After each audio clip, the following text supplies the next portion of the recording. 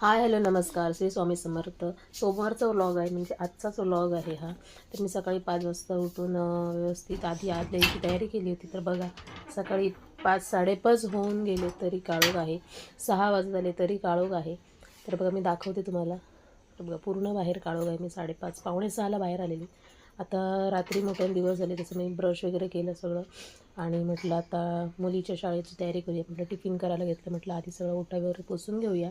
मला माहीत नाही की रोज गृहिणी ओटा पुसतात की नाही, पण मी तर न चुकता ओटा पुसते. नाही तर मला ते जेवण करायला मनच होत नाही, कारण रात्रीचे झुरळ उंदीर कोंडे फिरत असतात पाल वगैरे. म्हणून मी ओटा आधी व्यवस्थित पुसून घेते, त्यानंतरच सगळ्या कामांना सुरुवात करते. तर बघा व्यवस्थित शेगडी वगैरे पुसून घेतली, ओटा पुसून घेतला आहे. तर म्हटलं आता सगळं झाल्यानंतरच म्हटलं मुलीचं टिफिन तयार करायला घेऊया.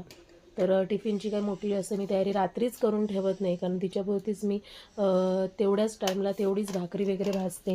त्यामुळे कसं होतं की जास्त काही करावं लागत नाही. त्यामुळे आदल्या दिवशी मी काही करून ठेवत नाही.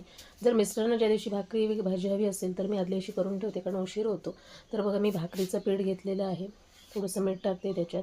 एक दोन भाकऱ्यांचंच मी पीठ भाजते, कारण वेळ जातो खूप पीठ मळत बसले की.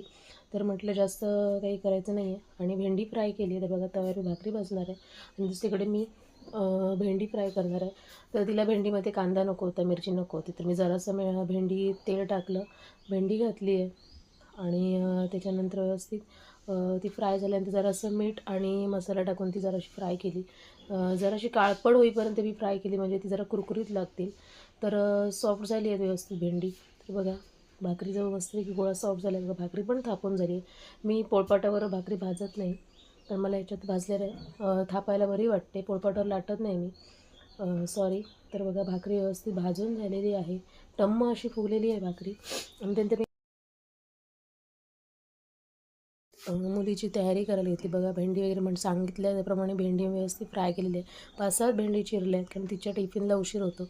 तर चला टिफिनची तयारी झालेली आहे, तिची तयारी करायला घेतली. व्लॉग आवडला असेल नक्की लाईक करा, शेअर करा, सबस्क्राईब करा. बाय.